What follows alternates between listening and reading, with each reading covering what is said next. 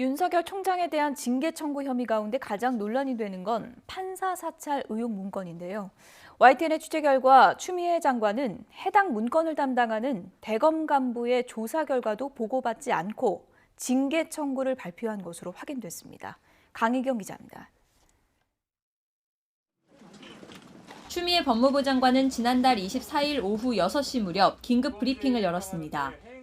윤석열 검찰총장에 대한 징계 청구와 직무 배제가 발표되는 순간이었습니다.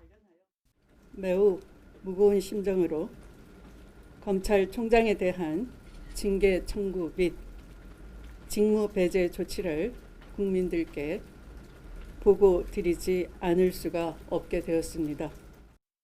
이 계획이 알려지기 전인 오후 5시쯤 박은정 법무부 감찰 담당관은 감찰관실에 파견된 이정화 검사에게 판사 사찰 의혹 문건에 대한 조사를 지시했습니다. 지시를 받은 이정화 검사는 부랴부랴 책임자인 손준성 대검 수사정보 담당관에게 전화를 걸었습니다.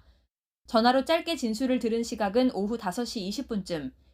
이미 추미애 법무부 장관이 윤 총장 징계 청구 사실을 알리기 위해 서울고검 기자실로 출발한 뒤였습니다.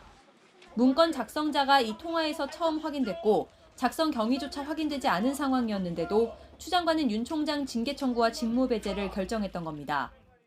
수사정보정책관실에서 수집할 수 없는 판사들의 개인정보 및 성향 자료를 수집하고 특히 이정화 검사에게 처음 문건을 건넨 사람이 한동수 대검 감찰부장이라는 사실이 알려지면서 법무부와 대검 감찰부 사이에 사전 교감이 있었다는 의혹도 제기됐습니다.